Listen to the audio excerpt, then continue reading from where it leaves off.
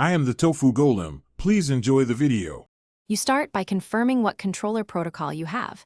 X input is native, direct input needs a wrapper. Plug the controller in or pair it via Bluetooth. Once connected, make sure Windows recognizes the device.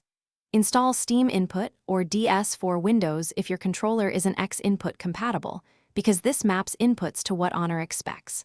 Check driver status in Device Manager and restart the game client after drivers update, so Honor detects the controller reliably.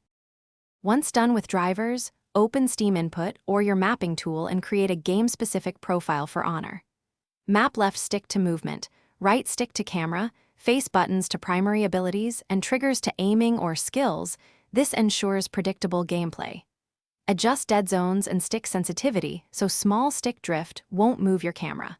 Test these settings in a training match or practice mode, then save the profile to the controller or sync it to the cloud so settings persist across sessions. To finish, verify in-game bindings match your mapped layout, make final sensitivity tweaks for aiming and camera.